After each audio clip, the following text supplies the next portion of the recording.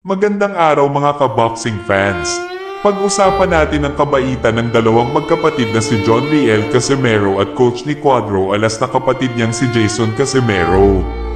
Pagkatapos nga na mahagi ang magkapatid na Casimero ng bigas sa kanilang lugar at namigay ng pera at tumulong sa mga batang nangangarap maging isang boxing hero. Ang mga batang ito ay masayang-masaya sila dahil si Cuadro Alas at Jason Casimero ang nagbigay ng tulay at motivation para matupad nila ang mga pangarap na maging isang boxing hero. Sinorpresa na naman nilang dalawa ang kanilang ama sa birthday. Makikita sa video ang pinaghatian nila Jason Casimero at Cuadro Alas. Naisurpresa ang kanilang ama.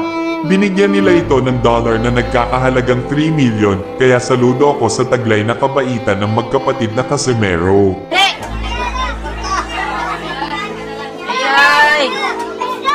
Ayay! Wala naman po. Wala na po daw. Ayay! Ayay!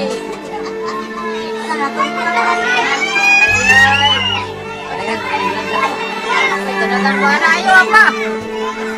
Ayaw apa? Ayay! Mana di dalam guys? Ayah.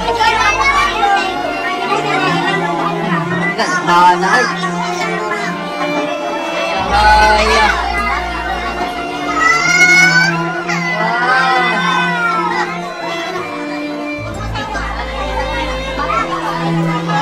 Grabe oh. Happy birthday lah bando. Ay, gana na eh. Ay, nagana na eh.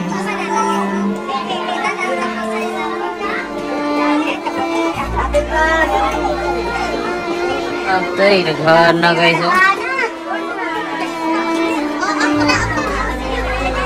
Nagama na yung $1 pa.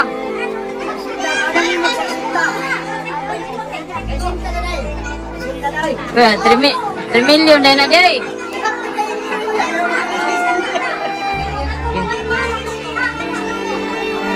Oh, na. Aba.